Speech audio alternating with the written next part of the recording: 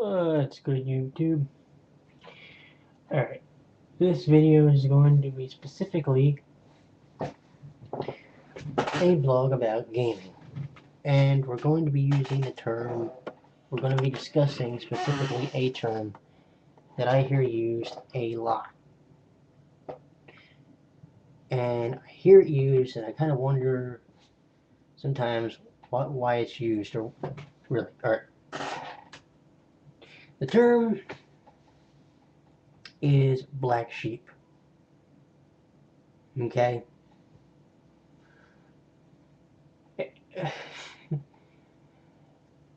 It's funny when we use it in gaming, because here's the question. Here's what you'll always hear when you discuss a gaming series, that such and such game was the black sheep of the series. And I guess it's called that because it didn't sell well, or it wasn't received well by critics, etc., etc., etc. Okay.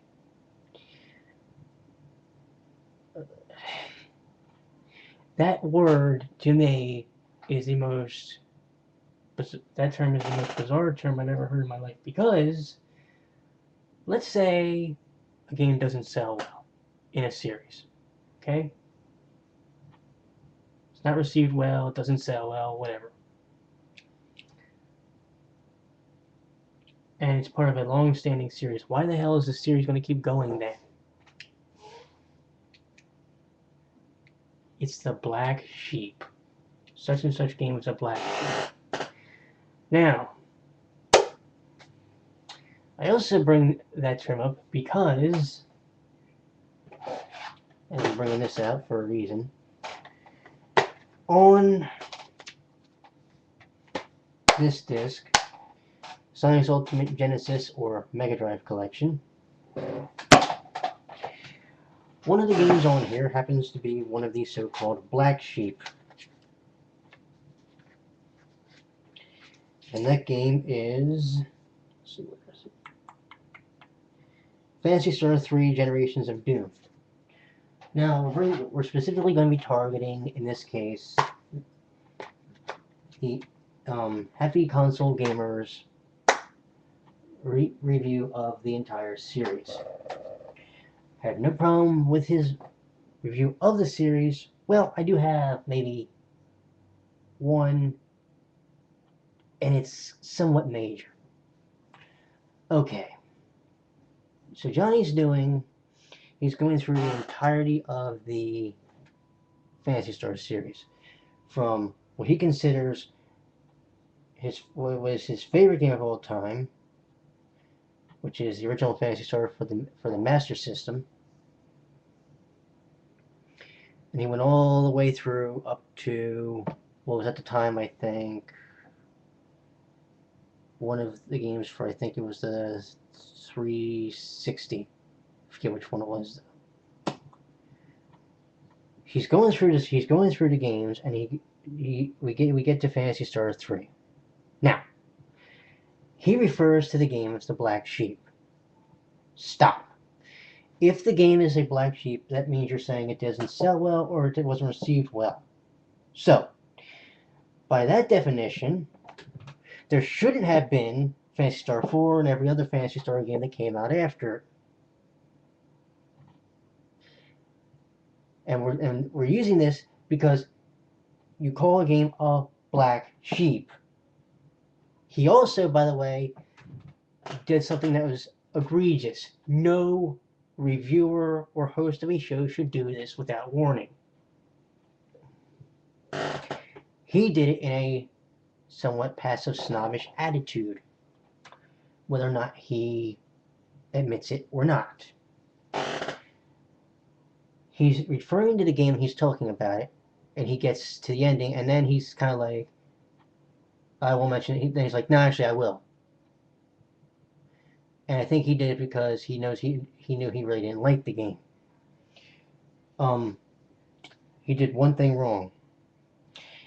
He should have told the viewers in the video And he had time to do it, by the way. He's going to spoil the ending. Turn the volume down or turn off the video at this point. He refused to.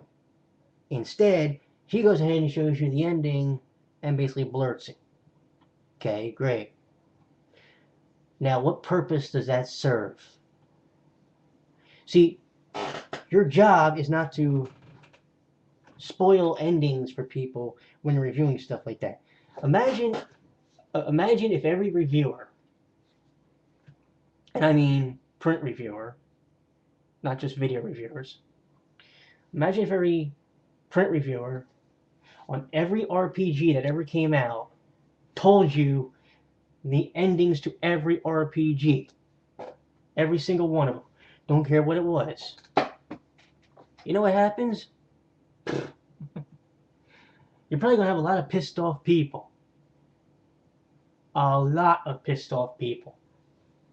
Now, there will be people that will defend what he did, and that's fine. I want those people to actually find this video and defend what he did. Because it's great that you're a gamer and it's great that you like a series, but it also demeans exactly what people. It also, devalues you because it means you have a bias against the game. Look, I hate Halo, but you're not going to see me play through a game and then go, "Oh, by the way, here's how the game ended." No, because that's not my job as a reviewer. My job is to tell you what I thought of the game. Your job, somehow you managed to make it, is to tell people not only what you thought of the game, but to spoil an ending. Why? I'm not sure which Mega Man game it is, but there's probably Mega Man games that have been called the Black Sheep. I don't think I've seen a reviewer mention, the ending where Wily gets captured or whatever. Although, God only knows, that's how it happens at the end of every Mega Man game. He escapes and all kinds of stuff. But it's like, that's commonplace. That's not an RPG. That's a action platforming game. RPGs, people want to see what the ending is on their own. That's not your job to tell them the ending. The only way it's your job to tell them or show them the ending is if you're doing a playthrough. That's it.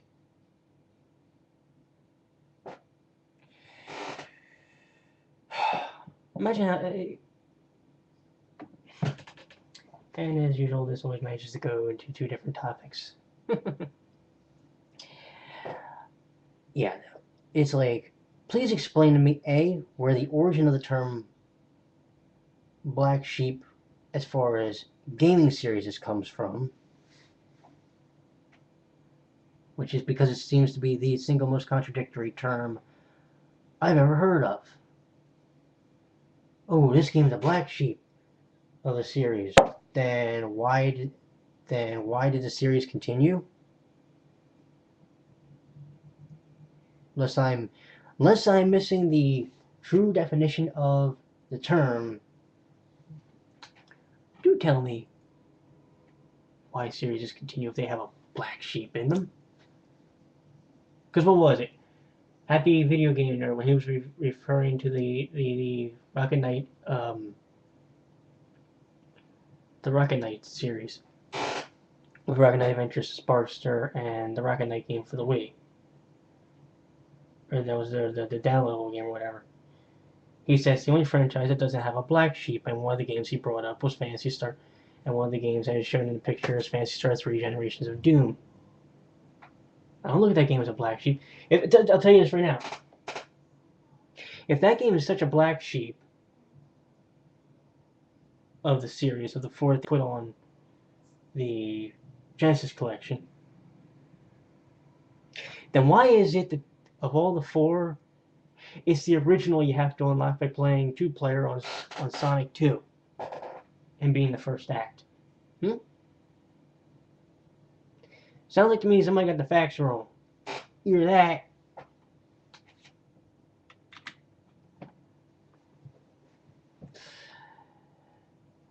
Either that, or we're just, you know, we're trying to make it. We're trying to make one game seem better than it really is. It's like, again, let me just reiterate this. And because I thought about doing this video for a while. Your job as a reviewer is never to spoil an ending to a game, just to give your opinion on it. And also, when you refer to a game as a black sheep, you better be able to tell me why it's a black sheep. But then I also want you to be able to tell me why the series continued after this so-called black sheep showed up. Like, I don't even understand the term, well, he's the black sheep of the family. Who? What? Why?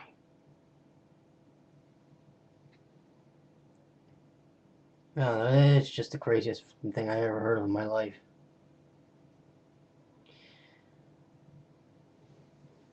And yes, if Happy Console Gamer, Pete Dorr, or if even fucking GameStraight81 finds this video and you want to defend Johnny's video, by all means, because I'm willing to listen. But you better come with a good argument on what would justify someone to do what he did in the series review. Please. Anywho, you all have a good one. I will see you in about 2 a.m.